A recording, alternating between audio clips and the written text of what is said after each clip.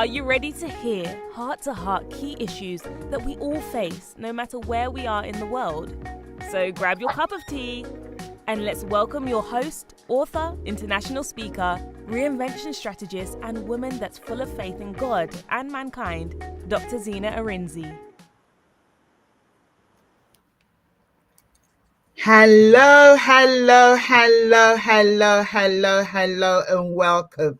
Oh, you already know who I'm going to speak to. I'm going to hide her. You're not supposed to see her yet. I'm going to hide her. I'm going to put her, she's hiding. I'm going to put her in the green room because I want to embarrass her. Hello, and welcome. You've got me again. Friday night, if you're here in the UK or wherever you are around the world, it could be afternoon, evening, wherever you are. Welcome to another episode of A Cup of Tea with me, Dr. Z. You are so welcome. Today is episode number 35. I can't believe it. On the 8th of December, 2023, we started this show, A Cup of Tea with Dr. Z, where we spotlight everyday women just like me and just like you around the world who have extraordinary stories, who do extraordinary things. And I might be coming to your house next time. You might be thinking, well, Dr. Zena, I'm not extraordinary. Let me tell you what, every single woman that I come across is extraordinary in one way or another. If you happen to be a woman, if you happen to be an everyday woman like I am, then you are extraordinary. Because let's face it, we're almost like octopuses, where we have so many hands and fingers and different pies. Some of us run families, some of us, run organizations, we run schools, we run homes. Some of us are grandparents, parents, aunties, teachers, all sorts of things. We have to do all that and still have enough space for ourselves. And sometimes we don't actually take enough care of ourselves. Sometimes we pour from what we call empty cups. And that's why I like to do what I do with regards to this particular show. It's a passion project of mine where it's a platform to really encourage you wherever you are around the world, listening to other people's stories, other people's struggles, and other people's victories. And sometimes it's not always going to be about a struggle. It could just be about showcasing something that someone else does that you've never heard about. Like last week, we spoke to the amazing, phenomenal Gracie May, a music executive, and oh my boy, wasn't that a show and a half. The week before, we spoke to the amazing Tola. We've spoken to so many people, 35 episodes. Today's the 35th. And you've also spoken to me. And I want you to know that you are enough. I want you to know that in spite of what's going on around us in our world, whether you're here in the UK, whether you're in America, whether you're on the African continent, whether you're in the Caribbean, whether you're in Australia, New Zealand, wherever you are around the world, all sorts of things are happening. And sometimes it's like, I can't deal. And you might be thinking, well, Dr. Zena, it's easy for you to say you're always happy, you're always lively. Forget that. I'm not. This is This is Mac. I also have those scream days. In fact, this week was one of those when I'm like, But, I show up every day because I know if I don't show up, many of you are not going to be able to show up. So that's why I want you to know that everyday women are just like you, just like me. We have breasts or not, if you've had to have a mastectomy and, whatever it is. But, we go through the same sort of struggles. It may be different, but it's still the same. It's a struggle, it's a victory, it's a triumph, it's a push through, it's a breakthrough. And so today, my next guest, oh my days, I can't wait to bring her out. I mean, for those of you that joined early, you would have seen her, so you probably know who she is already, but you still have to wait. Drum roll, drum roll, drum roll. And as usual, I always say that I always have it up here, but I always forget to put it up here. That's to show that I'm human. So I'm going to look at my phone again and hopefully try not to peer. I need to change my glasses, I know. Dr. Zena, why are you always so real? I like to be real. I'm really not about airs and graces. What you see is what you get. That way, you're able to resonate with other people. Other people, you find you approachable, which has always been my experience. But apart from that, I don't like scripting. Like, life is not about scripting. Life is not perfect. And that's why it's important for us when we do these shows not to be perfect. I mean, you should be perfect. It needs to be done properly, but also to take into account that you don't make it so regimented that other people feel that they cannot relate, or they feel. I was speaking to someone the other day, and she was saying, "You know what? When I first met you, Dr. Z, I didn't understand. I didn't know you were so down to earth. I thought you were all the way up there. I mean, I am all the way up there. I mean, you have to carry yourself well. But what I'm saying is that she thought I was so unapproachable. And then when we met, she was like, oh, my days. Oh, my days. Oh, my days. And I'm not going to tell you the kind of things that we talked about, because you're going to let's keep it clean and normal. But it's important to be your authentic self. And I know many of you will say, oh, you can't take your authentic self to work, especially if you happen to be a woman of color. And I get that. But to all intents and purposes, try to be you. Don't try to be anyone else. Try to be you, because if you're not you, if you die today, especially if you happen to be a Christian, if you die today and you're like, oh, how come I'm not in heaven? And God will say, well, I didn't recognize you. I didn't recognize you because you refused to be you. I don't know. I always tell this joke. It's a dad joke, so it's not really that funny. But I can see Jenny laughing in the green room, so that's great. Anyway, enough about that. Now, my amazing new special guest, is the phenomenal, incredible Jenny Beckford. I met Jenny a few years back. She's a phenomenal woman of God. She's the founder and the CEO of Greater Elevation. Greater Elevation. She's a passionate parent and teen coach. She really is. She actually got me through a few incidences in my own family. She's dedicated to empowering families and fostering meaningful connections. As a single mother herself of twin girls, her journey has inspired her to help single mothers support their teens and build stronger relationships. Jenny also, and I was going to call her Johnny, Jenny also works directly with teen girls, equipping them to grow their faith, grow their habits, their thoughts, their mindsets, their actions, and setting them up for a brighter future. She has a background in NLP, that's Neuro Linguistic Programming, and she's currently pursuing an MSc in coaching psychology. So I'm so grateful I've actually got her, because normally I can't even get to speak to her. She's always sending in some assignment or something. Last but not least, she also delivers coaching programs in schools all over the UK, especially around the Southeast and Kent, supporting both parents and teens through her mission to elevate and inspire the next generation. Without further ado, I'd love you to do your drum roll wherever you are, whether you're watching on LinkedIn, on YouTube, wherever, Instagram. Dun, dun, dun, dun, dun, dun, dun. I can see I've got a bit of a delay, but don't worry, you can hear my voice. The amazing, the phenomenal, the incredible, and I'm so grateful to have her on the show, Jenny Beckford. Oh, wow. Thank you. Hello, Jenny. Hello. Hello, Dr. Z. Just want to say thank you so much for giving me the opportunity to come on your amazing show, your platform. It is really an honor. And thank you for that lovely introduction. Thank you so much. Welcome.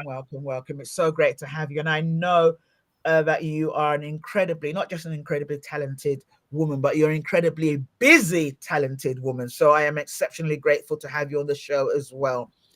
Now, I'm going to put you on the spot. Well, you know me already. I'm going to put you on the spot. So I'm going to start you with, my first question. Now, you are a parenting and teen coach. And I'm going to ask you, first and foremost, what kind of inspired you to go down that route? Okay, yeah, that's a great question. So what inspired me to go down that route? Well, firstly, as you said, that I'm a single mum of twin girls who are now 27. And just going back a few years ago, before I started getting into coaching, I was always working with young people. I've got 20 years of experience working as a support worker, careers advisor. Everything goes back to working with young people. Now, there came a time in my life when my daughters were in their teens. And although I was getting really good outcomes for the young people at school, when I was coming into my household, it was absolute chaos. If you live next door to me, you would think, what on earth is going on? You hear me raising my voice, you hear me trying to tell off one team. Then what happens is the other team comes in, and now we've got a tag team. I used to call them the tag team. So when the tag team gets started, I just lose my cool and I would just leave the house. Imagine. And as the years were going by, because I became a single parent when they were about 6, and obviously, I think at that time I felt like a failure. Didn't see myself being a single mum. I was with their dad for about 10 years, and then as I came to the teenager years, I just kind of lost my way with them in terms of not being able to communicate, not being able to connect, and we got to a stage where we just keep hitting heads. It's like, oh my goodness, this is too much. We're hitting the brick road now. What can I do? And then I remember one day I was on, I think it was Instagram, and I came across a coach. She's a Christian coach, and what she was saying, like how she was speaking, I was like, sounds great. I mean, I've always tried to get into self-development, but never really wanted to invest in myself. So I signed up on her coaching program and really got to work doing the inner work. And when I started to work on myself, rededicate back my life to God, I noticed that my relationship with my daughters starting to strengthen. Things started to connect at home. And then my coach helped me to find my purpose. So in that time, I was like, what can I do? I'm going to support the teenagers first. I started off supporting teenagers and then thought, no, the parents need the support. Remember when you were having your issues with your teens, couldn't connect? Let's support the parents as well. So about a few years ago, I decided to become certified as a teen coach practitioner. Then I thought, let's support the parents. So that's what's inspired me to do what I do today.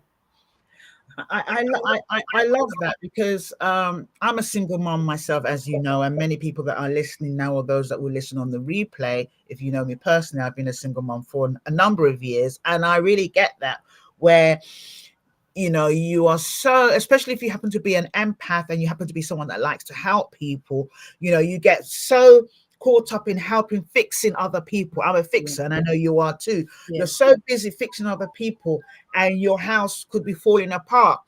And it's either because you don't know how to fix your house, or you're thinking, okay, I'm fixing anyone else. Why is my house falling apart? Mm. And so I get that you spend so much time pouring into everyone else. And if you're not careful, like you've rightly pointed out, you can look back and you're thinking, what's happened? And I guess for anyone listening, this might be for you, or if it's not for you, it might be for someone that you know. Charity really does start at home. It really does start at home. And there's nothing wrong with you saying, putting your hand up, I can't do it. There's nothing wrong. Friends, and they're not really friends. Some people might call you failure, but don't worry about that. And I like what you said, Jenny, because I can really resonate with it. I remember when I went through my divorce, I didn't need anyone in church to tell me that I was divorced. I was telling myself that I was a failure. I'm a child of God. Yes. God is divorced. So I didn't care which church mother or church auntie with no earrings and big hat. I mean, I'm getting to that, being a church auntie myself now. I mean, even though I still have yellow hair, I'm like fighting it. But the church aunties with no earrings and everything looking at me, it didn't matter. Or the big aunties with their big hair, because my background is Nigerian. They were judging me. I didn't care whether they were judging me or not. I was judging myself. Yeah.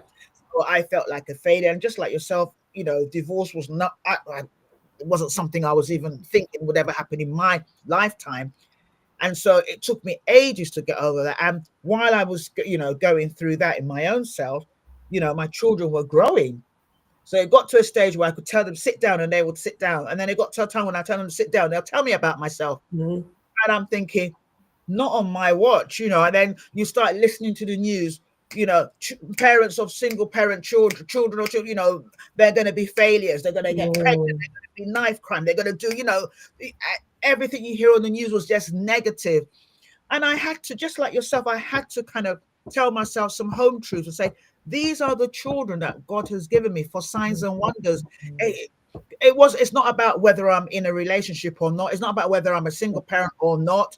It's about, these are two children that I have been given to nurture, to become better, better than I am, So you're absolutely correct. So I had to do similar to you, find out how to sort myself out. I wasn't really thinking about sorting out the children. I didn't want to sort myself out because they were absorbing lots of my mannerisms. I was really, and so if you're listening to this right now, if you happen to be an auntie, grandmother, sister, whatever you are, and if it's not your story, but you know someone else, number one, don't judge. And I wrote a LinkedIn post this evening about, the TikTok trend. We listen, but we don't judge. So listen to your friend, family, whatever, but don't judge. Support her as much as you can, because she's feeling bad all by herself, even without, and it has nothing to do with faith. If you happen to be a parent and you're not, and even if you're in a 2-parent family, we already have what we call mom guilt.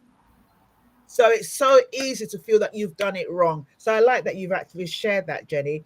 And I'm going to keep quiet now because, you just brought up so many different things. If you're listening, wherever you're listening from, it will be really great. Share in the comments where you are from, where you're listening from, what country, what town, what city. Let's know. And we're on episode 35, talking about Mothers of Elevation, empowering teens and birthing futures, with my amazing, phenomenal special guest, Jenny Beckford. Do you want a cup of tea? I'm so rude. I'm all over the place today. Do you want a cup of tea? Got my cup. What you want? Okay, I did Earl Grey. Do you like Earl Grey? No, I'm herbal. I don't drink. Okay, don't worry. I got you. You got your lemon and ginger there? I got you, but I've got green tea. Can you do green tea? I suppose so. Yeah, go on. So. Okay, can go you on, put it in. Okay, well done. Don't have your water still hot. All right. Get your cup. Cool, ready. All right, move it to the side. Let's see if I can pour some. Oh, great. Thank you. You're welcome. So my next question for you, amazing Jenny, is, you've talked a little bit, about, what really motivated you to become a parent and teen coach. And I want to, you also said that you're a mother of twins, a single mother of twins. And I want to know a little bit more, and I'm sure the audience will want to know, how has this journey as a single mother, how has it shaped your mission? You have touched on it, but I just want to kind of unpeel the onion a bit more. It's shaped my mission because on my self-development journey, I had to take a long, good look at myself. Yes. So I've had to point the finger back to myself, because I remember when I was on a coaching program and I was saying to the coach, my children don't listen to me. They haven't got any manners.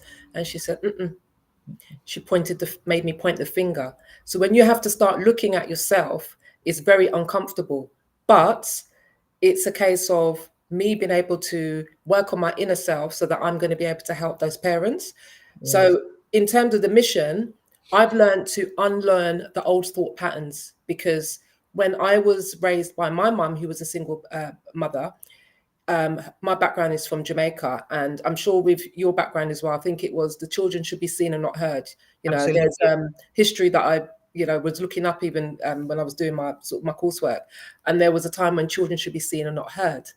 Now, the society that we live in now, a lot of the parents, well, some of the parents that I coach, they talk about not wanting to be friends with their children. They're saying, I'm not the children's friend. They should know that it's me, I'm the boss, kind of thing. And I'm saying to them simply, it's just about setting boundaries. You can be friends with your children per se, but it's just about setting boundaries. So I've had to, where I've done the work on myself, if somebody was saying to me, what qualifies you? It's not even about my qualification. It's about my life experience. Yes, I have the qualifications, but the experience that I have been through, the time when I couldn't connect with my daughters, I couldn't communicate with them.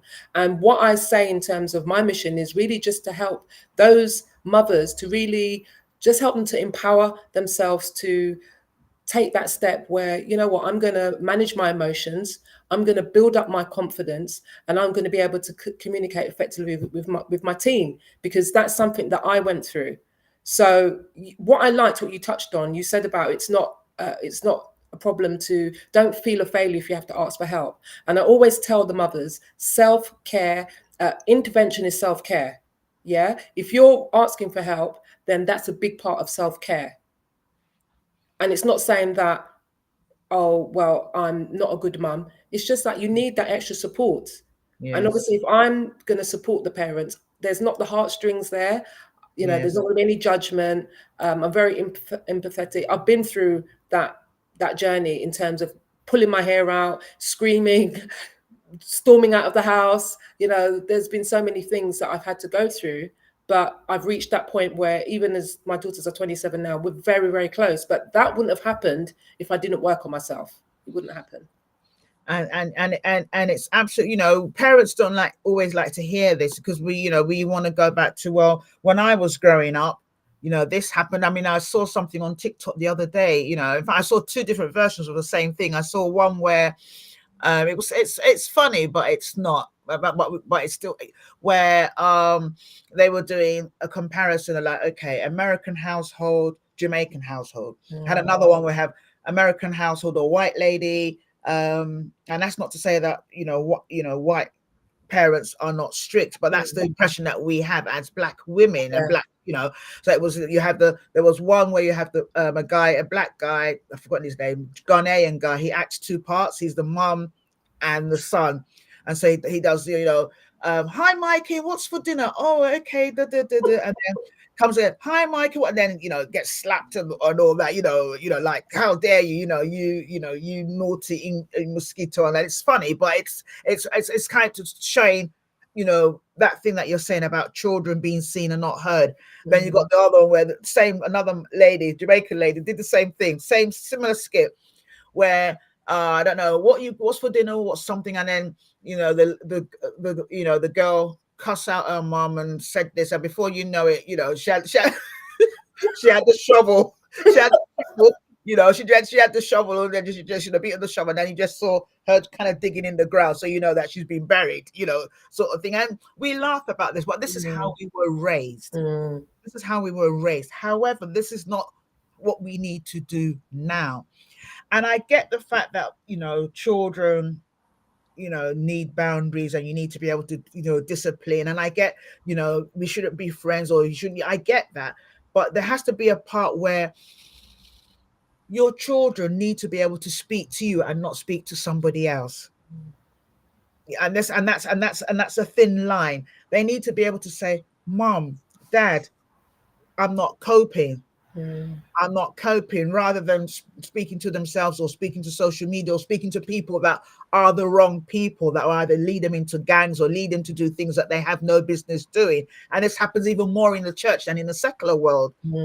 And so, and then, in the church, we have all this thing about spare the rod, and, so he said, no, I'm going to beat her, I'm going to lick her. And I get that to a certain extent, but you've got to remember that at the moment, and I'm sure you see this even more in your role as a parent and teen coach, because obviously you need to coach the parents as well as coaching the teens. And I know, I can imagine lots of parents will say, no, I don't need any coaching. It's her, it's him. They need to behave. They're not disciplined. You need to tell them about themselves, and all that. But then what happens is that you lose your children. And I'm not talking about losing your children to social services, which is a different kettle of fish. I'm talking about losing your children in the sense that those children become adults, and we have so many adults, 20s, 30s, 40s, 50s, 60s, that are damaged because of what they've gone through. And the saying goes, hurt people hurt people. Yeah. So if you were a traumatized child, you become a traumatized adolescent, then a teen, then a young adult, then an adult parent, and all that. And then if you haven't seen love, you may not know how to show love. But if you recognize that on time and get the help, because it doesn't mean because you've gone through that trauma that you have to put your children trauma.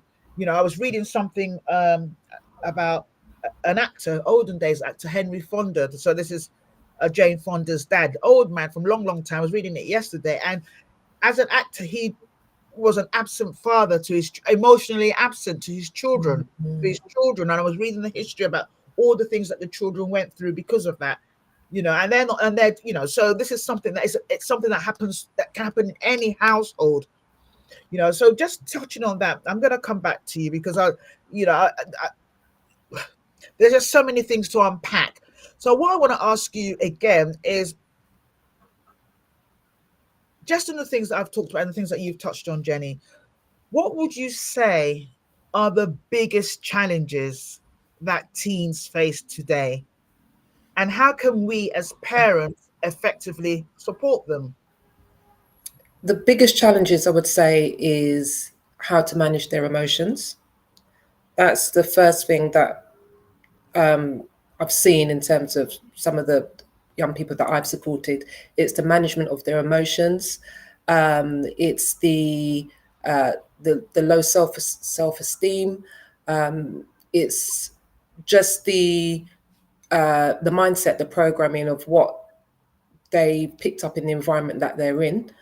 And imagine if you keep hearing, let's say, for example, you tell the child, like for me, I'm going to use me, for instance, when I was younger, they kept saying, you're too loud, you're too loud, you're too loud, you're too loud. Can you imagine just, that's an affirmation. You're affirming it. And then if you're going into a covenant and you're agreeing as the child, you don't know any better. And as you said, what happens is that they take that now begins as emotional trauma. It all starts to trigger. So as you get older, now you've got adults, with me do you know how many years I didn't even like the sound of my voice? Do you know how long ago this was going on? Even whilst I started to go into it was only when I started to go on my self-development journey, and I just mentioned it randomly to my coach.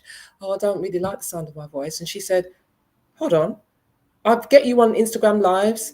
I said, when you get on Instagram Lives, I'll go back and watch them with the volume down. She couldn't believe it. So on the back of that, she made me speak. And if any of you want to go on my page, you'll actually see it. She made me speak at her event. It was 300 women, and she made me speak. And that was the first time that I sat down and listened to my voice and said, oh, actually, I sound okay.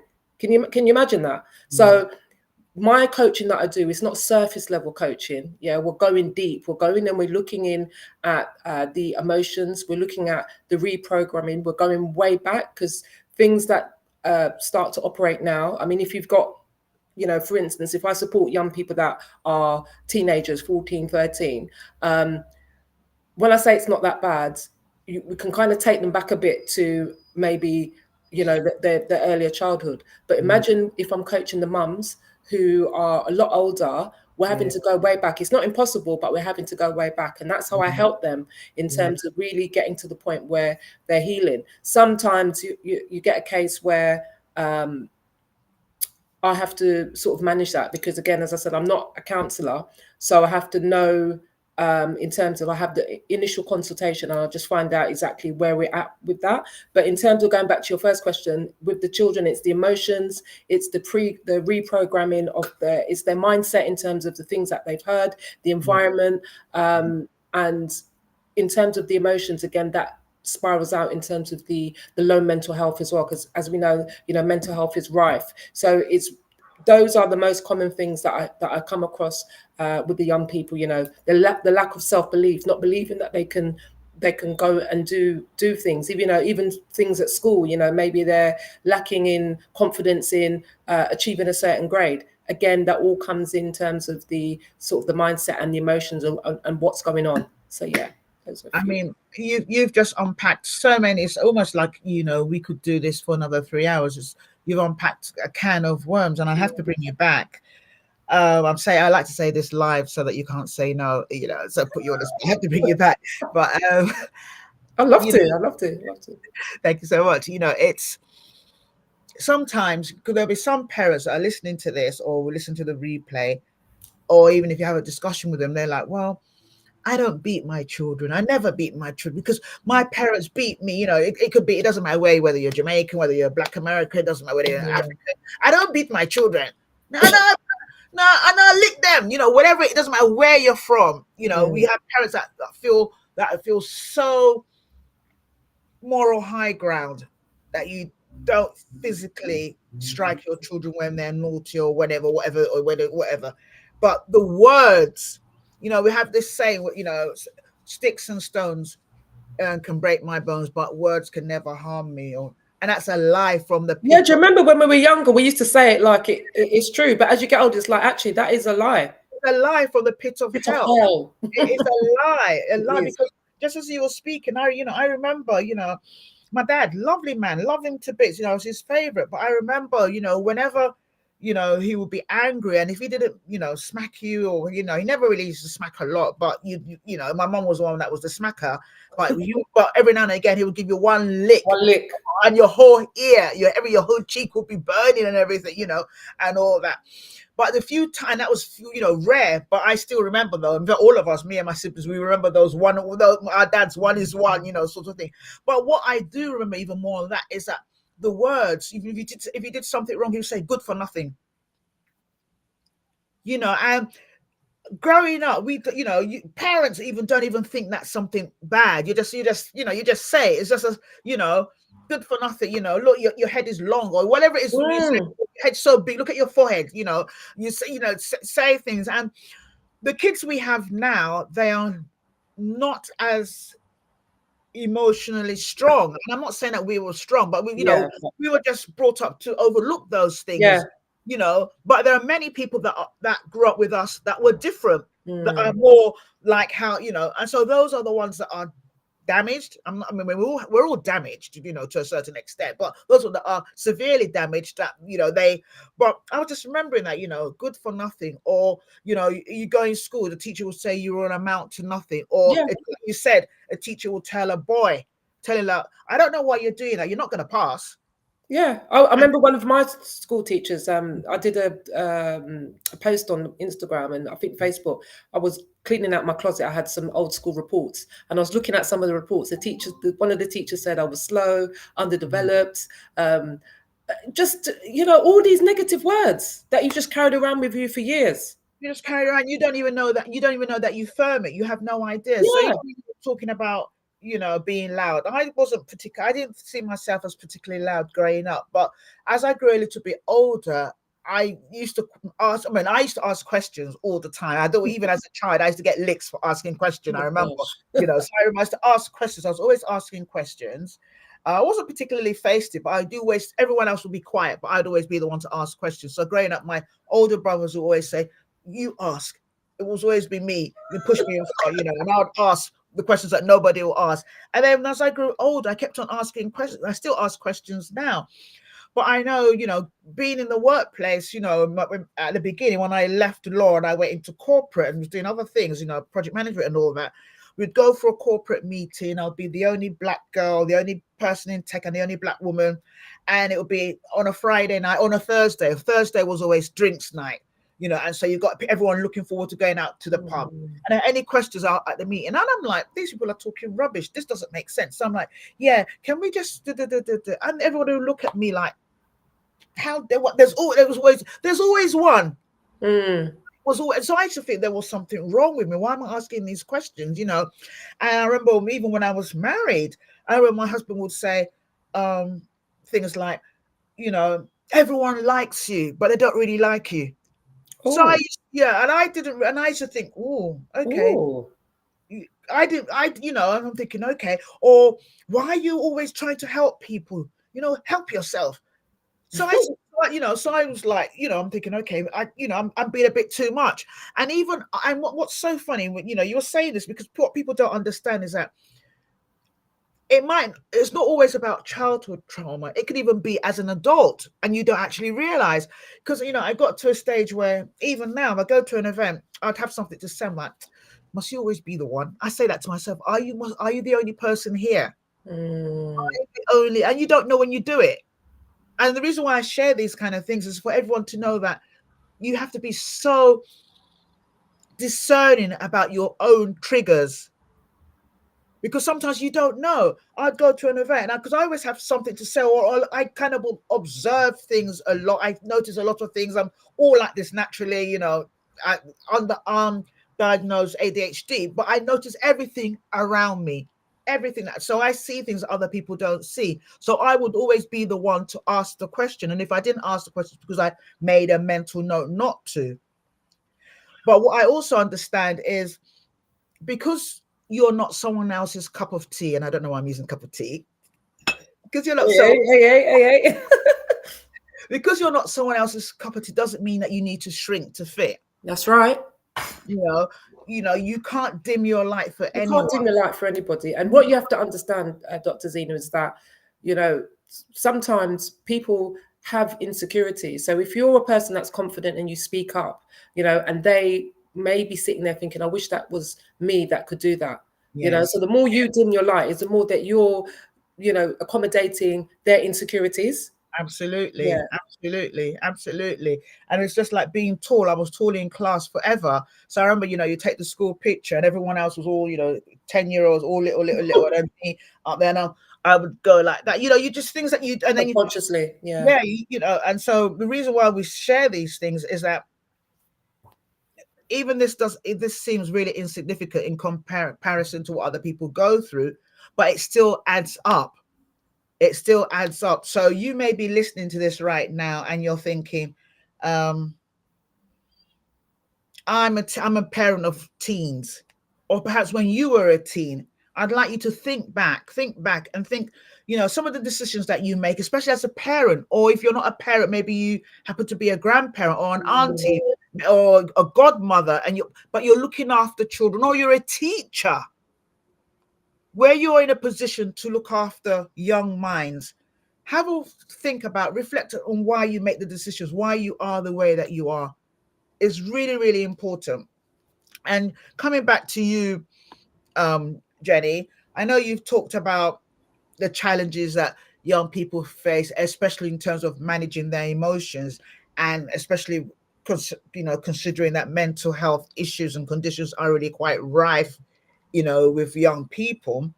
What kind of strategies, you know, at least first line strategies, can be employed to help them either open up or help them to actually manage their emotions more effectively?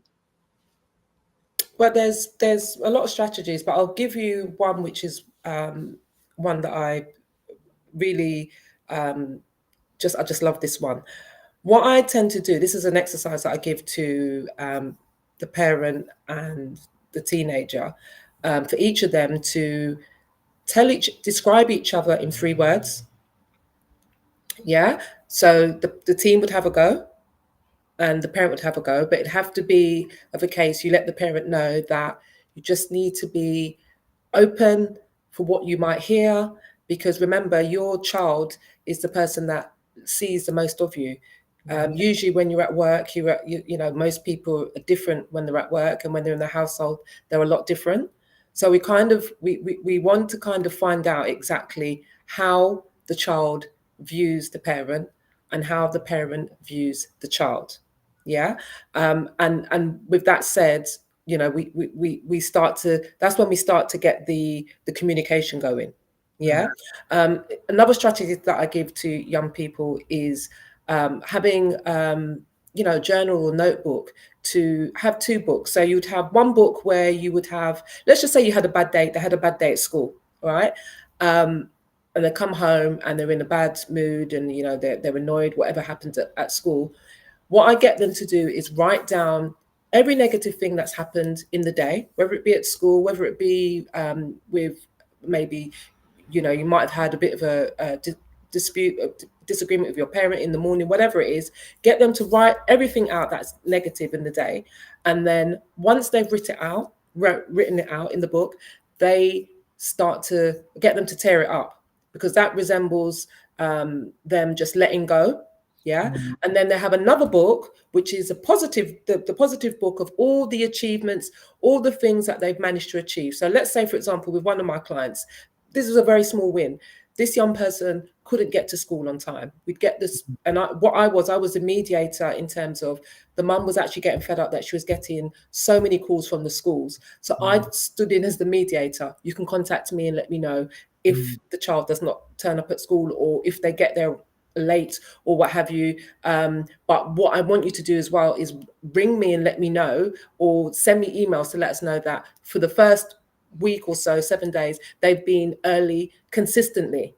Yeah, because want to reaffirm that so that we can see that there is a positive side, that actually they've been able to achieve that. So in that respect, they get the book and they'd write down, I got to school on time, Monday to Friday, I did really well, whatever it is. So that book serves as a reminder of all the good things, all the positive things that they've done. And the other book is like, we're ripping it up and we're letting it out.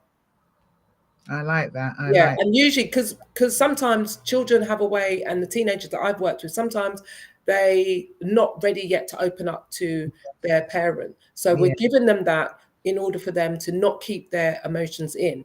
Eventually, there is a time when they will open up to their parent. But what I'm saying to them, that even if they communicate with their parent, they've still got that book. And you can do it, even I do it as an adult, and that's something that a lot of the teenagers is like, oh, this is really, really good. They're getting out their emotions. And then we start to we do a lot of role play about how not to take things personal and kind of break it down, maybe that person might have had a bad day. They're not necessarily taking out on you. And then we look at how to set boundaries as well. So there's a lot of work that goes into this, but we do it in stages. And for the parents and the teens, we also get them to look at, do the love language quiz.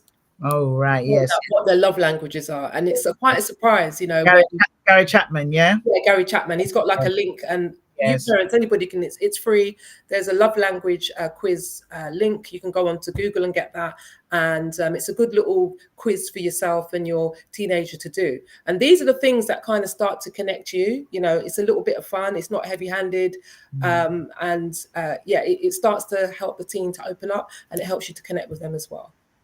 I love that. And I love the fact that you've pointed to Gary Chapman's love language quiz, because it is absolutely brilliant.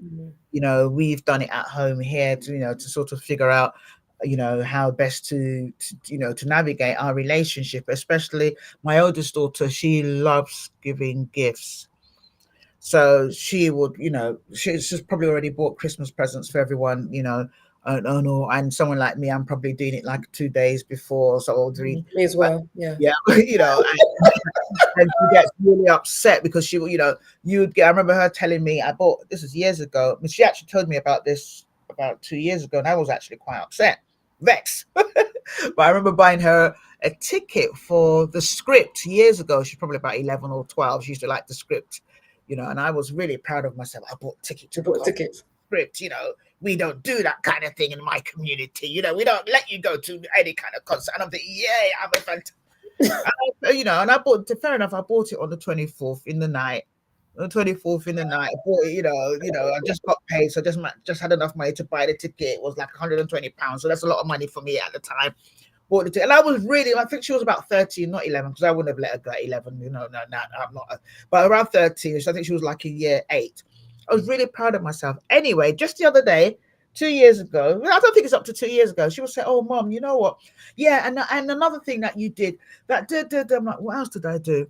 Oh, yeah, that I saw that you bought me tickets for the Script. I said, yeah, because you like the Script. I thought, like, yeah, but you bought it for me on the 24th, Christmas, just before Christmas Day. And I'm thinking, they've got my daughters do all this, they come up with these things that have happened years ago, don't they? Yeah, my daughters do it all the time as well. Yeah. I know, like, Christmas Day is on the 25th. I bought it on the 24th. But I mean, you actually took the time to look at the time on the ticket to see. Me, that I actually bought it. I didn't even, I'm like, you're feeling well proud. Yeah, I've got the ticket. I was really proud. I was even boasting to my friends, look, my children are going to, you guys don't do that. You're taking your children to church. My children, how's she going? I was even boasting at the time that they're going with their friends. I'm going to drop them off, and then I'll wait for them at the station. Oh, you're going to let them go to concert by themselves? Yeah, only for 10 years later for my daughter to tell me that, so what am I saying? Love languages are different. I could not get it. I still don't get it, but that's because she spends time and thoughts. Yeah. I mean, as far as I'm concerned, I spend time on thought, but probably not the way that she does, So love languages, and wherever you are listening from, I hope you're hearing this and you're laughing. That the way that I do something, I might think it's reasonable, Jenny might think it's reasonable, but someone else on the receiving end will think not. It's just like when you buy presents for people, you're like, oh, I love this. I know I like pink. So it's very likely, well, I'm smarter now, but it's very likely if I buy something, I would buy it pink. But what I probably do now is I buy two. I'll buy what pink because I like it, so it's going to be for me. Then I'll buy another one for someone else so that I don't end up giving you pink. But in my heydays, I would buy pink because I like it. But then you won't like it because it's not for you. Yeah. It's for, I bought, so it's the same thing when we're doing things for other people, when we're, communicating, we have to always, like my mom would say, bless her, blessed memory. She would say, when you're driving, you need to drive your car and drive someone else's. I'm like, Mom, what do you mean by that? She used to say all the time, it was great. She said, yes, when you're driving, you need to drive. I'm like, what do you mean by that? She said, you might be driving carefully on the road without, you've had it, like you rightly said, you've had a good day, no stress, no one's told you off at work, no one, nothing, no one sat on your chair, no smelly person sat next to you on the train, anything that could irritate you, none of those things have happened. So you've had a lovely day. And then someone else has had an argument with his wife or his child or whatever it is, and they just drive past you. So you've also always got to be careful and mindful, like we like to say now, all the social media, mindful and very demure and all that. You've got to be mindful about other people's reactions to you, as well as mindful of your behavior. Mindful of your behavior. You could rub someone the wrong way. You could be having a bad day. I like that particular exercise you talked about, writing it down, writing the negative things on it. I'm going to try that again. I used to do that, in prayer. You listen to this guy, listen to Pastor Jerry. So put all, your settlement list, write this. And I like that. I like that. Put the negative things in one place and write them down and let out your emotion. And then the positive things, the things that have gone really, really well. Because we tend to focus on, our brain is wired that way, that we're wired to just look at the negative things. So this is why it's really looking at renewing your mind and really getting into that space that actually, instead of saying what is the worst can happen, start to think about what is the best thing that can happen. It's like just turning it around, and that really takes a lot of work, especially if your mind has been programmed to think a certain way, to think negative thoughts, to think about you're not good enough, all those thoughts that have been come into your mind because of what maybe somebody said, and you've taken it personal. So there's a lot of work that goes into this in terms of really starting from the underneath, finding out exactly how that person thinks, and really kind of getting them again. Because what I do is I get every time I coach, I get them to point the finger within. They say, oh, this is what happened today with my mum and dad. And I always say to the parents and the teens, if you think that I am playing the middleman in terms of taking what you're saying on one day and taking what, I'm not doing that. I'm not doing that. We have come to look at what the part that you've played in. You've got to take that ownership. You've got to take, oh, it wasn't my fault. Okay, that's great. So let's hear your side of events. Yeah. How could you, and when you start to talk about it, you say, well, how do you think you could have handled it? And you see, you kind of get them to turn the thing within. Yes. I mean, that's right. It's right. What you've said is so poignant and so important, for us to look within. Turning that spotlight within. I call it turning the spotlight within. Yeah. We like to say that, our children are not our children did, but turning the, we were once children ourselves and we weren't perfect children. Something you said 15 minutes ago that's just come back to my mind, which I never actually thought about it in that way, that the negative words that have been spoken over us, whether in jest, whether when we've been disciplined, it's actually affirming words. Yeah, you're going into a covenant and an agreement. That's what you're doing. Every time you say, for instance, I'm tired. If you are tired, that's fine. Turn it around, just say, I do feel tired. How can I stop feeling tired? Maybe you just need to go to bed early. Maybe you need to have a drink of water. But every day, you know, you speak to somebody and they say, how you doing today? I'm tired. I'm tired. I'm really tired. I'm tired. You're affirming it. I'm tired. I am tired. What Yes. happened to just saying, I feel tired? Because that Yes. emotion is going to go away. And if you Yeah. are tired, then all you need to do is like, think about, why is it that you're tired? You know, get to know yourself about what it is. You know, for me, I know when I'm feeling a bit off. Maybe I haven't prayed. You know, that's very rare. But I look at like, maybe I've gone to bed late. Maybe there's a type of food I've eaten. Maybe I haven't prayed enough. Maybe I haven't read the Bible. Whatever it is, it's like really getting to know yourself and thinking about, well, why is it that I feel this way? But the affirming the negative thoughts. You know, when people say, how you doing? Well, I'm not too bad. What does that mean? What does that mean? What does that mean? Yes. That is a good, that's a good, like people say, oh, how are you? Oh, I'm surviving. What does that mean? Exactly. What does that mean? I'm not bad. I'm surviving. We're trying. What do you mean we're trying? That you're right. There's some, and so, so when you keep saying we're trying, you're always going to be trying. You're always going to be trying. You're always going to be tired. I'm tired. I'm fed up. When you say you're always going to be fed up, it's so, when you're saying that, I'm thinking, we like to feel, when we talk about affirmations, we talk about the positive confessions. Yeah, We don't people forget that there's negative Yeah. affirmations that you're affirming. You're going to a covenant and agreement. And then every time things just start to cycle out of control because you're affirming these negative. Imagine every single day saying, I'm fed up, I'm fed up, I'm fed up, I'm fed up every single day. Yeah, it becomes a self-fulfilling prophecy. Yes, it's so true. I hope, guys, if you're listening, wherever you're listening from, also remember, I mean, you heard it from the best. It's not mine. I can't say it was mine, but, when negative words, whether the ones you speak over yourselves, even in jest, even if it's true about how you're feeling, or even things that have been said about you in the past, remember, if it's negative, it's actually affirming. So you need to take time. You need to be intentional about breaking those covenants. You need to, unsaying them, undoing them. The ones you've said about yourself. I'm actually talking to me as well.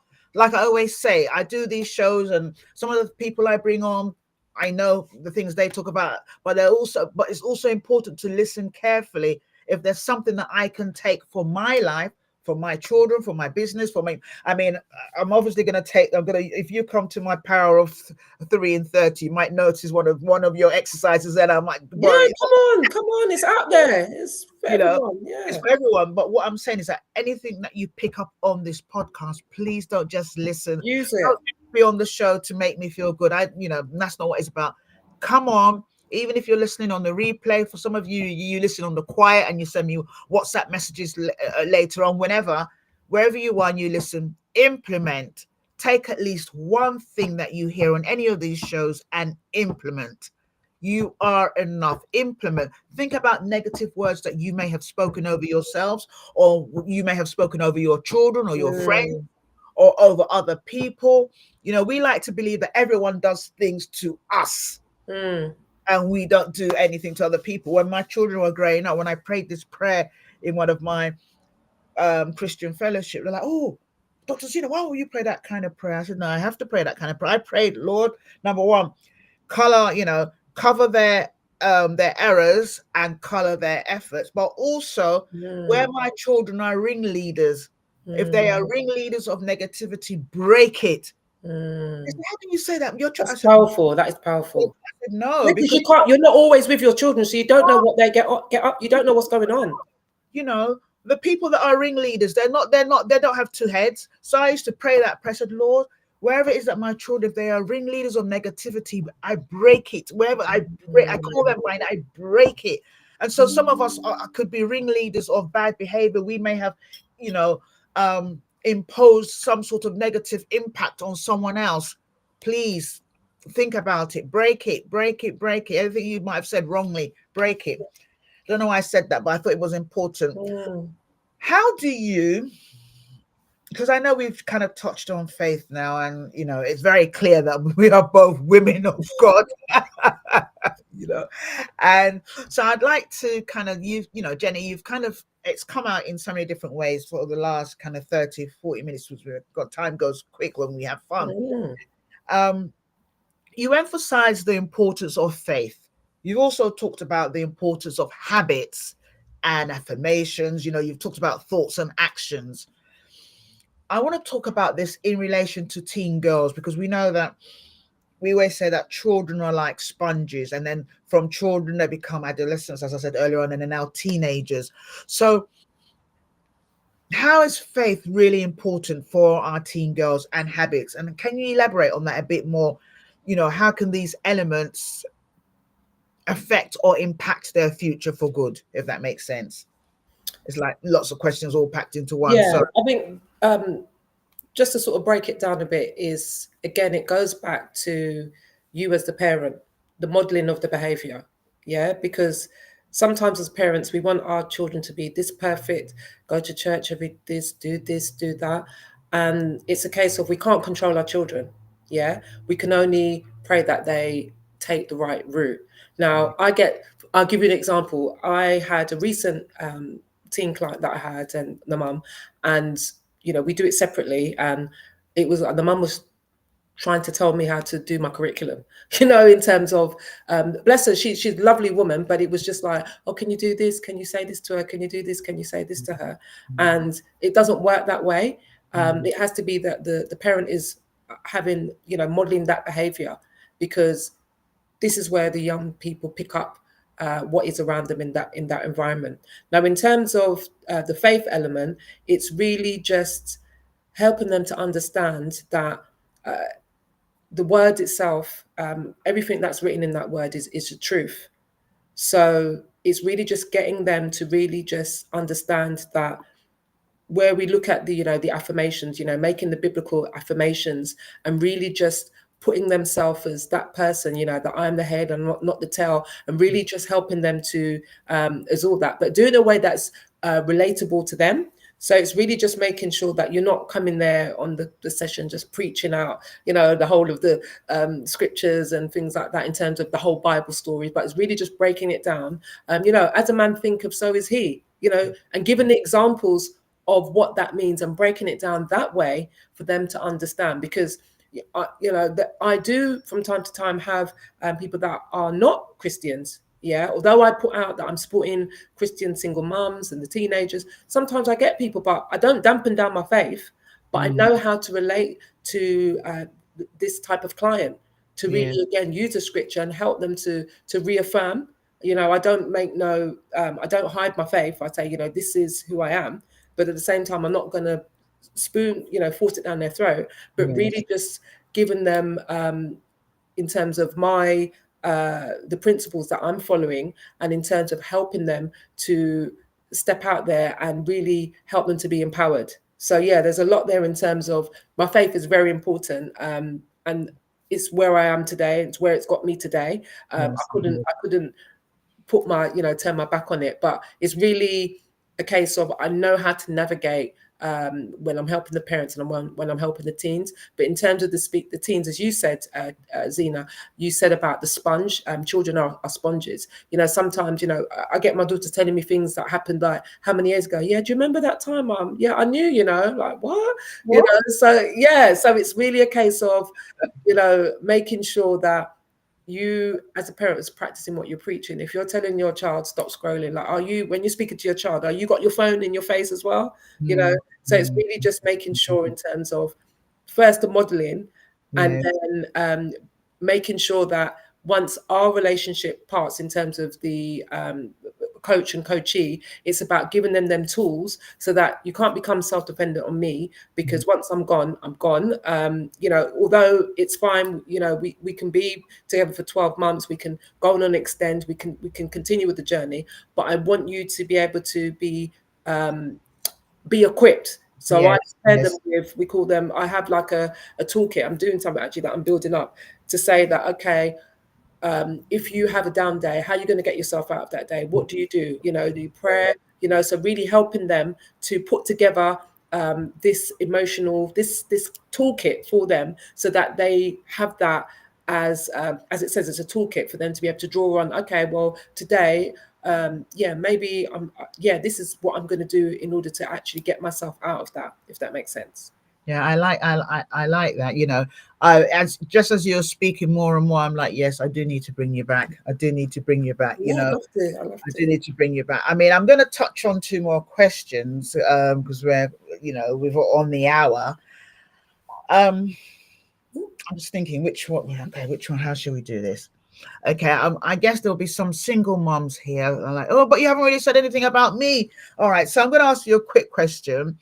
Um, what unique challenges, because we've talked about the unique challenges that, you know, teens face, so what unique challenges do single mothers face, single parents but predominantly single mothers face when raising teenagers? And you've touched on some already, and you've talked a little bit about, you know, what you do in terms of helping them overcome the challenges. So it starts with me, so you point at them, they need to figure, you know, stop, do the work on themselves and all that. But in terms of challenges, because lots of single moms are like, I can't deal, they don't listen to me anymore. You know, we've all been there, you know, but I'm sure there are other challenges that are even more unique than that. So Yeah. So again, this ties in. There's actually two. Actually, one come to mind. The co-parenting. That's one that oh, comes to mind. Yeah. ah, And this is a bit of a sensitive area because sometimes you find that not all the parents, you know, the parents don't get on. I can speak from that space. In terms of when I became a single parent, we were getting on for a bit, and then it was just like, if you ask me about him, it would just be so much negative things. And at first, I wasn't saying it in front of the children, and then after a while, it just started to, pour out. out my mouth. Oh, what he said he's going to do this, and he didn't do this again. You know, those little things. Yeah. Well, you know So, what he's like, you know, he's not yeah. So like, I've had to kind yep, of just look at myself. I mean, now I'm at a space where, you know, I'm fine. You know, I look at it being years ago. He was quite young. I was quite young when we got together. But if I could do it all again, it would be a case of, you know, trying your best to be amicable in terms of, you know, in terms of that parent that's not there, you know, trying to come to an agreement and yes, making sure that you're not seen as being negative in front of the child. yes, Now, yes, this is not always easy, because sometimes it gets to a point where, for whatever reason, for example, you know, maybe there's been domestic violence where, you know, yes, it's not possible. So then it would mean that you would have to have a third party in terms of, but making it as smooth and as amicable as possible. But again, this is where the healing comes in yeah, order for you to be able to overcome that. So one of the challenges is that, you know, the co-parenting, and there's no one size fits all.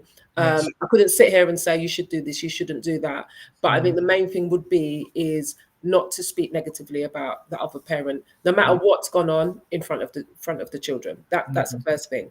But the second one, in terms of going back to communication, it's about, I call it a bit of like a kind of a contract, a family agreement. Sitting down with your teenager and putting down what are the non-negotiables for this household. Yeah, yes, and really speaking with them, because what tends to happen is, and what I used to do, your child will do something, and then now they're getting into trouble. And I know you can't preempt everything, but it's like looking at what the non-negotiables are. Okay, so X, Y, Z. Okay, let's just say, for example, your 15-year-old says they want to, you know, we're thinking of going on holiday or what have you with their friends, and you're like, no. But you would kind of make out a list as much as you can, what the non-negotiables are, and then you speak with your teen, and it's kind of like an agreement. And yes, sometimes it's about you taking that discretion, because I always say to parents, you know your household. I'm not going to tell you what to do, but what I am going to say is draw up some kind of contract, yeah, and put it on the fridge where everybody sees it. Like, it's like a legal binding document. You're going to sign, they're going to sign. So, for example, I'll give you one we did that, example. we did that, Yeah. So it's a case of, let's just say your teen comes and says, oh, mum, can I go to XYZ today? And the mum might say, yeah, but you have to make sure you wash the car. I'm just making this up, before you go to Fiona's house, whatever. Saturday comes, doesn't wash the car. You're not going. Even if you know, your child's going to be, and I think a lot of parents go for a point where they're scared that their child's going to say, I hate you, and this and that. Listen, so what? you know, I think my daughter told me that. Times. Yeah. We forget that. So it's a case of really just making sure that you are, I don't like to say just having that authority, because there's a lot of power struggles that go Yeah. between the parents and the teens. But Yeah. if you can get to a space where you have these non-negotiables and things that are negotiable, things that might be negotiable, maybe their curfew. You might say, all right, 10 o'clock at weekends and 9 o'clock at weekdays. Yeah, Yes. you might say that is the only sort of negotiation. But Yes. if you draw up this contract and if they break it, you just take it off the fridge and say, what does this say? You know, and it's a case of really making sure that you're, as much as you can as a parent, manage your emotions. So again, there's toolkits that I give to the parents on giving them how they can manage their emotions in terms of like looking at things like setting boundaries. Let's say, for example, I'm letting out another thing, but I'll do it anyway. Let's just say, for example, your daughter comes to you and she starts to raise her voice. What you would do, say, Fiona, if you raise your voice again, we're going to stop this conversation and we're going to pick up back where we left off. Now, this is quite hilarious. I'm laughing inside because this is a technique that I was using with my daughters, and they thought I was mad because usually I'm the one that's always shouting. So when I started talking in a calm voice, they were saying, Mum, you're being sarcastic. Like, why are you talking in that voice? Because I'm not shouting now. So in my head, I'm counting down to 10, 9, and I'm thinking, no, don't go for the bait, don't go for the bait. Because the truth of the matter is, parents, a lot of your teenagers know how to rattle your cage. They know what it is that's going to like tip you over the edge. Yeah. I'm laughing because this is so me. Yeah, because I used to run out the house. Remember, this is a person that used to run out the house and leaving the children looking through the window. Come back, Mum. Oh, we're sorry. Can you imagine? Yeah. I'm laughing because this is so me. In my mind, I'm cussing them. I'm telling them all sorts of things when they're like, Mum, you're not saying anything. You're not saying anything. I said, there's nothing to say. You've said what you wanted to say. There's nothing to say. But you're not saying anything. But before, I'm like, you'd say 5, I'll say 10, and there's back and forth, we get the tag team in my house. So it's just like it gets to a place where, okay, so you're giving them one warning, then they start to raise a voice. Okay, unfortunately, Fiona, it looks like, you're in a space where you're probably upset about what's happening, and I understand, so I'm going to give you your time. And then my daughter will be like, Mum, come back. No, I go in the car. I go in the car and I drive. No, Mum, where are you? It's 10 o'clock. It's 11 o'clock. Where are you? Now that's a thing where if you're warning them that you're going to leave, that's fine. Yeah. But I used to just take off. I didn't even have a car. Where was I going at that time of night? I didn't even have a car. I was just walking up and down the street like a crazy woman, switching the phone off as well, trying to really get them. That's really bad. That's trauma. That's emotional blackmail. Guilting them, guilt tripping them. Yeah. Yeah, we've been there. Yeah, so get your non-negotiables and your negotiables. That's a key thing. Yes. And and it takes time. It's not going to be overnight. It does take time, but it's possible. I unfortunately I have to end this, and I don't want to end this. But I'm going to have to bring you back. We'll have to talk offline when, because there's part 2 of this, really part 2. There's loads of things to unpack here.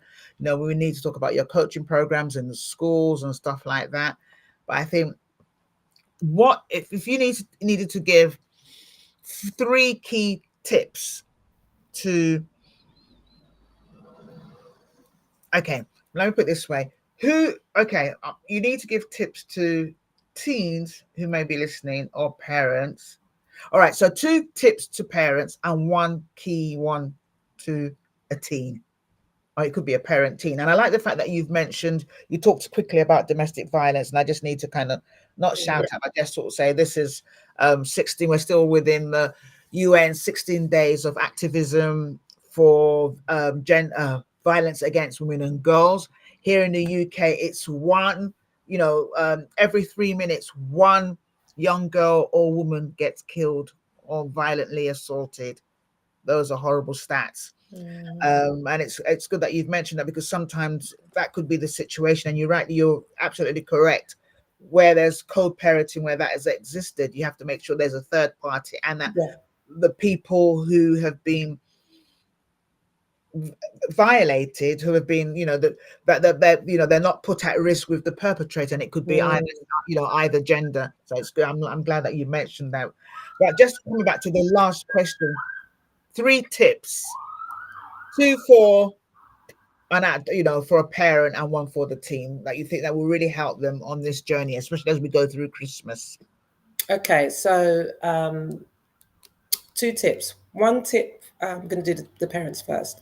Okay. So one tip I would say to the parent is, if your teenager is speaking in a way that is, you may label it as being disrespectful or over the edge. Yeah, I encourage you to get into a state where actually this may be a way that they are unable to, they're managing their emotions, and maybe something else is going on. Because what I would say is, don't put labels on your children. That's the long and short of it. Because you may say they're being rude, they may be being disrespectful, but it's a way of sitting them down and just saying to them that's not acceptable. So really just opening up that communication, but making sure that when you're speaking to them, and if you have to discipline them, don't put labels on your children. Just don't put labels on them. Yeah, that's number one. Number two, as single mothers, I know we sometimes we're just, can be really busy, but I'd always say mark out, like, where you have married couples that have date night, mark out a specific date time with your teenager. Now, when I say this to parents that have multiple children, I get, oh, Jenny, come on. And it doesn't have to be a case of, if you're a mum who has multiple children, for example, doesn't always have to be thinking about, oh, you have to take them out. Doesn't always have to cost money. So what I would say, for example, if you have your calendar, and make sure that you map out a date night with them. I'll call it date night, afternoon, whatever it is. And it may be that you might just sit on your sofa with your teen. They might like playing video games. You might not particularly like that. But guess what? That's going to be a great time that, even if you want to have a little conversation with them and just light conversations. So how's everything going at school? Do you know what I mean? Yes. When they're relaxed, they're more likely to open up. So, and not only that, when they're teenagers, it gets to a point where, they just want to be in their room. They just want to hang out with their friends. But if you've got that one key, let's just say, for example, you say, we're going to meet up every last Friday of the month, whatever it is, make it consistent and stick to it. So those are the two I would give the parents. I like that. Fantastic. Fantastic. Yeah. With the teen, I would say a tip I would give to the teen is remember that sometimes your parents are doing the best that they can with where they are now.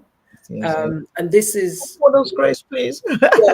This is me saying that when my mum was raising me, and I was like the rolling of the eyes and the things like that. But my mum did the best that she could with what she had in terms of how she was equipped. So just remember that sometimes your parents, maybe it might not be in the way that you would want it, but they're doing the best that they can. Some children might say, no, they're actually not.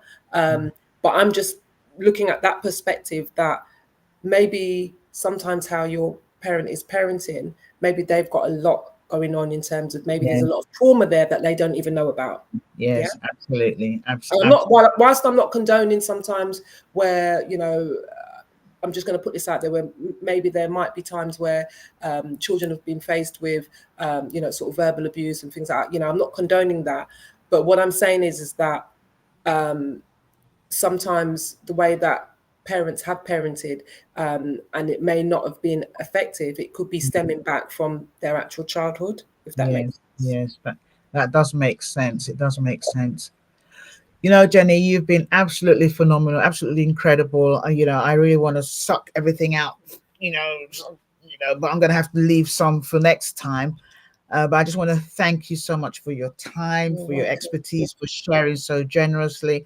And our amazing audience, whoever you're listening from, on YouTube, on Instagram, whether you're listening on Facebook, whether you're listening on the replay, I want you to not just listen to this as a nice to have, implement. And where you might feel that it's not really for you, share, or, share this, but not just share this, encourage your community, your friends, to actually implement the tips that have been shared here, especially if you happen to be a parent or a soon-to-be parent or a grandparent, auntie, or you're looking after children in any form or fashion. Think about where you're coming from, and also try your best to think about where your young teens are coming from as well. Thank you so much, Jenny. This has been a blast. I wish I had you in my life when my teens were growing up, you know. Bless you. Yeah, but it's been amazing. Thank you so much. Yeah. Guys, Thank you, so Dr. much. Zee. You're welcome. And if you want to reach Jenny, please, you can see her on Insta at Jenny Beckford1 or on Facebook at Jenny Beckford. Please reach out. I'm sure she has lots of things to share with you, and I'm sure if you're very nice, she can help you through your journey too. Thank you so much. Thank you. Thanks for listening to A Cup of Tea with Dr. Zee, your reinvention queen. We hope you've been motivated and inspired to go out there and conquer any obstacles and issues you may face. You can find Dr. Zena on all social platforms. Until next time, remember, you're not alone.